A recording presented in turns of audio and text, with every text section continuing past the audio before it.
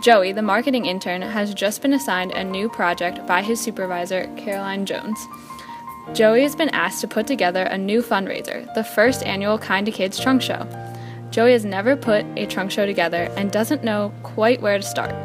But his worries are answered when Caroline hands him a procedures manual that was put together by the Red Eye consulting firm. Joey opens the procedures manual and begins to read through. Upon reading the story, Joey gains a much better understanding of who we are targeting. He sees how our campaign can successfully market stay-at-home moms and impact them emotionally. By reading our story, he understands the customer's journey from the initial viewing of our pamphlets to the moment when the target market becomes a hooked, regular donor. For Joey, there's no denying the emotional impact our campaign can have on our market. After Joey finished reading through the story, he had a much better idea of how to go about planning this trunk show.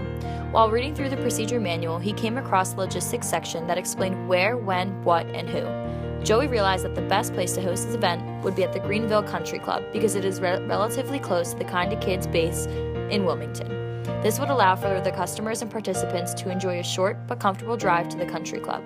This trunk show would take place when the weather is cold, preferably at the end of November or the first week of December. The reason Joey decides on these specific weeks is because it would be the holiday season, and these customers would be in a giving mood during these times. At the trunk show, Joey's main objective is to earn money for Kinda Kids. He anticipates that raffles, clothing companies, accessory companies, jewelry companies, food, guests, music, decorations, babysitting for children, and a Kinda Kids info table, all designed to earn money and contribute to the Kinda Kids awareness, would be beneficial. At the trunk show, the people would dress casual. Who we would want at the trunk show would be our target market. Our first target market is mainly stay-at-home mothers of younger children, infant, preschool, and elementary, while our second target market is stay-at-home mothers of older children, middle and high school. These mothers would be of upper middle class to upper class women that live in Newcastle County who are 24 to 40 years old. These women would be very charismatic and giving. These women would feel guilty of their wealth and financial situation and therefore would be the most ideal target for their donations. Get donors for the raffle. We want raffles that would interest a wealthier stay-at-home mom, such as spas and hair salons, restaurant gift cards, concert tickets, or seasonal themed baskets. Make sure the donors are higher end. We want these raffles to attract someone to the table to donate money. Our donors tend to have a competitive nature, so the raffle will be a fun way to entice them to want to win something. For the trunk show, we also want higher-end businesses that sell clothing, accessories, and jewelry. These businesses will see direct profits from selling discounted items or end-of-season merchandise. Make sure you make it clear to them that they are not just donating the items, it will financially benefit them. However, just because our target market is female doesn't mean we only want female clothing and accessories. Since this is the beginning of the holiday season, we would prefer a wide variety of gift ideas for husbands, children, and teens, and friends. Potential companies we could use are Tiger Lily, Nordstrom Rack, Grassroots, South Moon Under, Pottery Barn, and Pandora Jewelry. For food isn't the main priority of our event, but light refreshments should be served. Ideally, we would like donations from local restaurants, but we could also just have the country club cater the event. Research who would be willing to donate light refreshments to the event in exchange for free advertising at the trunk show. For decorations, not much needs to be done since the event will already have a lot to look at between the merchandise and the raffles and the Kinda Kids table. However, this is a country club and should feel classy. Something like minimally decorated but elegant centerpieces would be a good investment. It is a seasonal event, so decorating for a classy winter wonderland with golds and silvers and snow could be a good, non-denominational way to be festive. Absolutely do not use anything tacky like streamers, confetti, or balloons. Have a Kinda Kids table with pamphlets, success stories, and any other information the company has, along with a few volunteers to talk to. We want people to be monthly donors, so be sure to have sign-up forms for donors and volunteering options.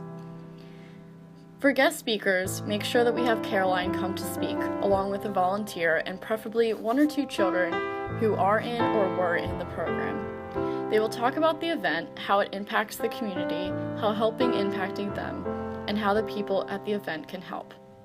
Our guests may bring children with them to the event. Be sure to offer babysitting for the duration of it. Find trustworthy child care providers or volunteers, preferably 2 to 3. This is a good chance for the mothers to shop in peace and for the children to interact with other children in the community.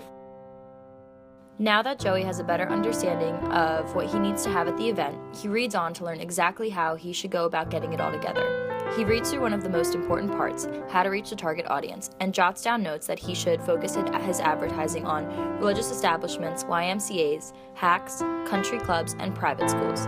He reads on and really enjoys the positioning statement.